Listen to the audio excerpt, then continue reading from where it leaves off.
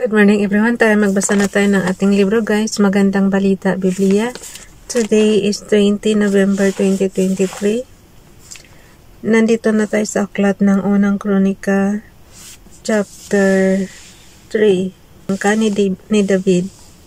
Unang kronika, chapter 3 verse 1. Si David ay nagkaroon ng mga anak sa Hebron. Ang una ay si Amnon, anak niya kay Ahinoam na Jezreelita.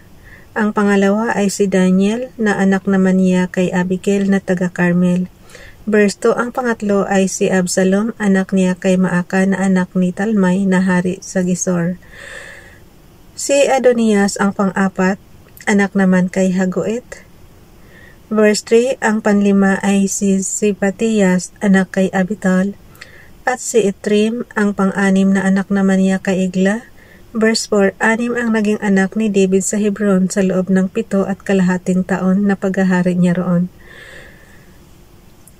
Pagkatapos sa Hebron, 33 taon naman siyang naghari sa Jerusalem. Verse 5, dooy 4 ang naging anak niya kay Bathsheba na anak ni Ammiel. Ito'y sina Simea, Sobab, Nathan at Solomon. Verse 6, siyam pa ang naging anak niya sa Jerusalem. Ito'y sina Ibhar, Elisama, Eliphelet. Verse 7, Noga, Nifig, Japhia. Verse 8, Elisama, Eliada at Eliphelet. Verse 9, ang mga ito ang mga anak ni David bukod pa sa mga anak niya sa kanyang mga asawang lingkod. Iisa ang anak niyang babae, si Tamar. Napansin niyo guys, doon sa Hebron, puro panganay. Iba-iba kasi yung babae na inanakan niya. Tapos dito lang siya sa Jerusalem kay Bathsheba nagkaanak ng medyo marami-rami, more than nasa isa. Okay, ang angka ni Haring Solomon, ito walang kapantay. Kasi si Solomon guys, maraming asawa at maraming asawang lingkod talaga yan. Kung sinuma ko ngayon dati, tinotal ko dati, umabot ng 1,000. Ang angka ni Haring Solomon. Unang kronika, chapter 3, verse 10. Ito ang angka ni Solomon. Anak ni Solomon si Rehoboam na ama ni Abias at anak naman ni Abias si Asa na ama ni Jehoshaphat. Verse 11. Anak ni Jehoshaphat si Joram na ama ni Ahazias, anak naman ni Ahazias si Joas. Verse 12, anak ni Joas si Amazias na ama ni Asarias na ama naman ni Jotam. Verse 13, anak ni Jotam si Ahaz na ama ni Ezekias na ama naman ni Manases. Verse 14, anak ni Manases si Amon na ama ni Josias. Verse 15, apat ang naging anak ni Josias, sina Johanan, Jehoiakim, Sidkias at Salom. Verse 16, ang anak ni Jehoiakim ay si Jeconias na ama ni Zedekias. Mabuti hindi nagkaanak si Haring Solomon sa 1,000 yung mga sa sa mga naging asawa niya. Kung hindi, ilan din yung anak noon? hindi na binanggit. Ang angka ni Haring Jeconias, pero doon sa nakaraang binasa natin guys, di ba binanggit yung kung ilan yung naging asawa ni Haring Solomon? Okay, dito naman tayo sa ang angka ni Haring Jeconias.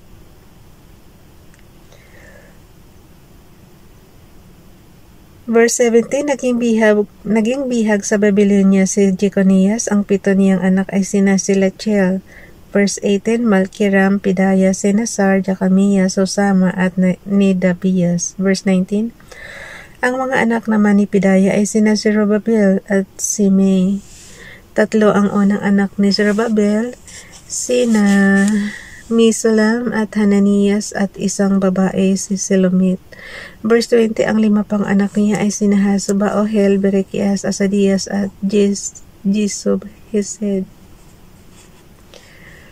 Verse 21, mga anak ni Hananias, sina Pilatjas at Jesayas, anak ni Jesayas, si Refayas, anak ni Refayas, si Arnan, anak ni Arnan, si Obadias, at anak ni Obadias, si Kaniyas. Verse 22, 6 ang naging anak ni si Kaniyas, sina Simaya, Hatos, Igal, Varias, ni Arias, at Safat. Verse 23, tatlo ang naging anak ni Arias, sina Elionai, Ezekias, at Azrikam.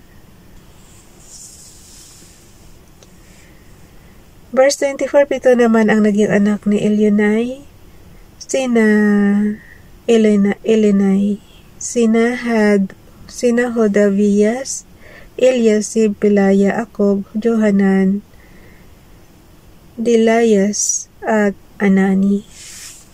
Nandito na tayo sa unang Kronika chapter 4, ang lipi ni Judah. Unang Kronika chapter 4 verse 1, kabilang ang maito sa mga anak ni Judah, sina Perez, Hezron, Carmi, Hor, at Sobal. Verse 2, anak ni Sobal si Reayas na ama ni Jahat, anak naman ni Jahat sina Ahumay at Lahad, ito ang angkan ng mga Zorita. Verse 3 to 4, si Hor ang panganay ni Efrata na asawa ni Kaleb at ang kanya mga apo ang nagtatag ng lungsod ng Bethlehem. Tatlo ang anak na lalaki ni Hor, sina Etam, Penuel, at Ezer. Ang mga anak na lalaki naman ni Etam ay sina Jezreel, Isma, at Idbas. Hazelel Poni ang pangalan ng kapatid nilang babae. Hazelel Poni ang pangalan ng kapatid nilang babae. Si Penuel ang nagtatag ng lungsod ng Gidor at si Ezer naman ang nagtatag ng Husa. Verse 5, si Azor ang nagtatag ng bayan ng Tekoa ay may dalawang asawa, sina Hila at Naara. Verse 6, naging anak ni Azor kay Naara sina Ahudzam, Hefer, Temini, at Hahastari. Verse 7, naging anak naman niya kay Hela sina Zerit, Ezar, at Itnan. Verse 8, si Kas ang ama ni Anob, at Sobiba at ng mga angka ni Aharhel na anak ni Harum. Verse 9, si Jabez ay ihigit na marangal kaysa mga kapatid niya. Jabez ang ipinangalan sa kanya sapagkat sabi ng kanyang ina, masyado akong nahirapan nang ipanganak ko siya. Verse 10, ngunit nanalangin si Jabez sa Diyos ng Israel at sinabi, pagpalain po ninyo ako, palawakin ninyo ang aking lupain, samahan po ninyo ako at ingatan sa anumang kasawi ang makakasakit sa akin, at ipinagkaloob ng Diyos ang kanyang kahilingan. Sabi ko sa inyo guys, pag manalangin kayong taimtim, ibibigay yung kahilingan nyo Iba pa ang listahan ng mga angkan.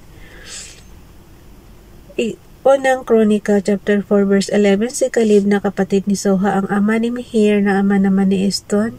Verse 12, si Eston ang ama ni Betrafa, Pasia, at Tehina na siyang nagtatag ng lungsod ng Nahas. Ang mga apo nila ang nanirahan sa Reka. Verse 13, mga anak ni Kenas, sina Otniel at Sirayas, at mga anak naman ni Otniel, sina Hatat at Mionotay. Verse 14, si Mionotay ang ama ni Ofra, at si Sirayas naman ang ama ni Joab na nagtatag ng libis ng mga panday sapagkat ang mga nakatira roon ay mga panday. Verse 15, ang mga anak ni Kalib na anak ni Jephone ay sina Ero, Ela, at Naam. Ang anak naman ni Ela ay si Kenas. Verse 16, mga anak naman ni Jehalelel, sina Zeb, Sifa, Terias, at Azarel. Verse 17, ang mga anak ni Ezra ay sina Jeter, Mered, Efer, at Jalon. Ang mga anak ni Mered kay Betcha na anak ng Faraon ay sina Miriam, Samay, at Isba na siyang nagtatag ng Estimoa. Verse 18, sa asawa naman niyang taga-Juda, naging anak ni Mered, si Jared na nagtatag ng Gidor, si Heber na nagtatag ng Soko, at si Jekochel na nagtatag ng Zanoa. Verse 19, ang pinagmula ng mga Garmita na nanirahan sa Kela at ng mga Maakateo na nanirahan sa Estimoa ay ang mga anak ni Hodias na sa asawa na kapatid na babae ni Naham. Verse 20, ang mga anak ni Simon ay sina Amnon, Rena, Binhanan, at Telon. Mga anak naman ni Isir sina Zoheth at Ben Zoheth. Ang angkan ni Sela. Unang Kronika chapter 4 verse 21, ang mga anak na sila na anak ni Juda ay sina na nagtatag ng Leka, sila Ada na nagtatag ng Maresa at ang mga angkang humahabi ng tilang linos sa Betasbe. Verse 22, siya rin ang ama ni Joachim at ng mga taga-Kozeba, gayon din ni na Joas at Saraf. Ang mga ito ay nagkaasawa sa Moab bago nagbalik at nanirahan sa Bethlehem. Napakatagal na ang mga pangyayaring ito. Verse 23, ang mga ito'y magpapalayok at tumira sa Netaim at Gedera bilang mga lingkod ng hari, ang lipi ni Simeon. Unang Kronika chapter 4 verse 24, ang mga anak ni Simeon ay sina Nemuel, Jamin, Jarib, Zerah at Saul. Verse 95, anak ni Saul si Salom at apo niya si Mibsan, anak naman ni Mibsan si Misma. Verse 26, mga anak ni Misma sina Hamul, Zakor at Simei. Verse 27, 16 ang anak na lalaki ni Simei at 6 naman ang babae.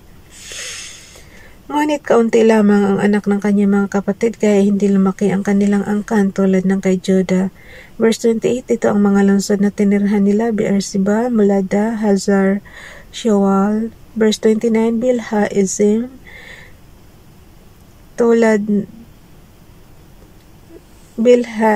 verse 29 guys, Bilha, Ezim, Tulad. Verse 30, Bethuel, Horma, Ziklag. Verse 31, Beth Markabot, Hazar, Susim, Beth-Beri, at Saaraim.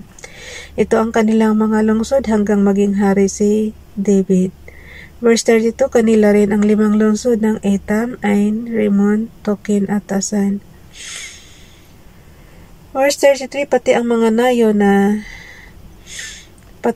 nayon sa paligid nito hanggang sa bayan ng Baalat.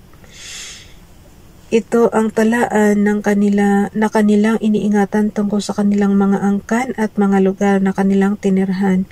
Habang sila'y narito, mayroon silang sariling talaan ng kanilang angkan. Dito na tayo guys sa unang Kronika, chapter 4, verse 34 to 38. Ito ang mga naging pinuno ng kanilang mga angkan, Misubab, Jamlek at Josa na anak ni Amaziah, sina Joel at Jeho na mga anak ni Josebias na anak ni Serayas, na anak naman ni Ashel, sina Elionai, Jacoba, Jesohayas, Asayas, Adiel, Jesimiel at Binayas, kabilang din si Sisa na anak ni Zephi na anak naman ni Alon. Si Alon ay anak ni Jedayas na anak ni Zimri na anak naman ni Simayas. Patuloy sa paglaki ang kanilang mga angkan. Verse 39, kaya't kumalat sila sa dakong silangan at sa paghahanap ng pastulan ay umabot sila hanggang sa kapatagan ng Gedor. Verse 40, nakatagpo sila ng magandang pastulan, malawak, tahimik at payapa.